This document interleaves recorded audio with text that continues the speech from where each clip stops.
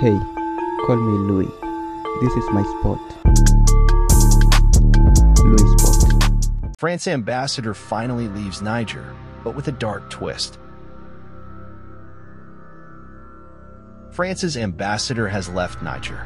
He left the capital Niamey early Wednesday, after weeks of tensions between Paris and the post-coup regime in the West African country who demanded his expulsion. Going by history and antecedents, these vindictive colonial knuckleheads always find a way to get back at the countries that summon courage to kick them out, and they do this through terrorist organizations like NATO. If this had happened 10 years ago, Niger would now have been flattened by NATO bombs and missiles as it happened in Libya.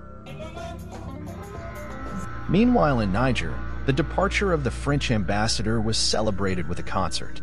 The musical group Gumstar gathered thousands of its fans to celebrate the departure of the French ambassador from the country. Mr. Sylvain Itté left Niger for Paris.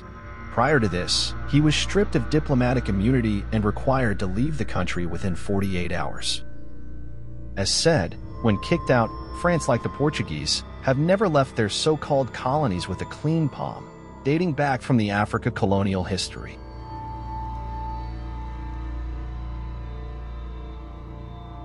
After France's defeat at Dien Bien Phu, Vietnam in May of 1954 and the subsequent withdrawal from Algeria less than a decade later, decolonization became inevitable. Most sub-Saharan African French colonies got their formal independence in the 1960s. France insisted decolonization must involve interdependence, presumably asymmetric, instead of between equals.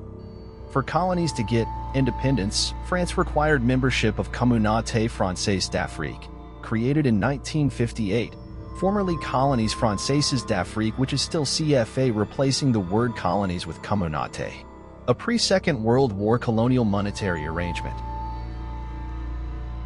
Guinea was the first to leave the CFA in 1960. Before fellow Guineans, President Sékou Touré told the then French President Charles de Gaulle, "We prefer poverty and freedom to wealth and slavery."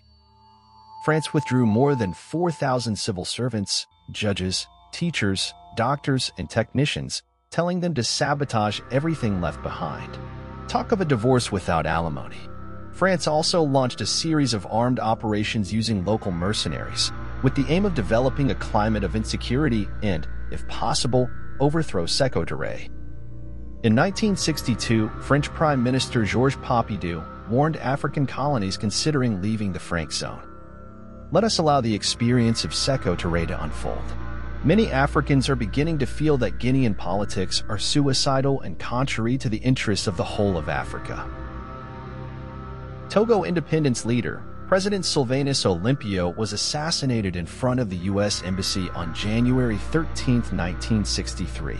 This happened a month after he had established a central bank and replaced the CFA franc, issuing the Togolese franc as the legal tender.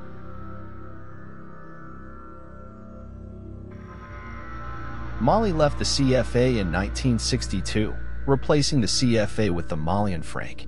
But a coup in 1968 removed its first president, a radical independence leader, Modibo Keïta. Needless to say, Mali later rejoined the CFA in 1984. Today, it is said the French are preparing for destabilization of Niger. Significant movements of armed criminals, supported and informed by French services, are taking place in the Agadez region. Troops raised by rebel leader Rissa Agboula, a former minister of state responsible for several assassinations in Niger, a man supported and financed by France with the aim of overthrowing the new military authorities who took power through a coup that deposed Mr. Bazoum. According to these sources, a large-scale offensive is being prepared against the capital, Niamey. This is how France and its ECOWAS proxies are said to attack Niger.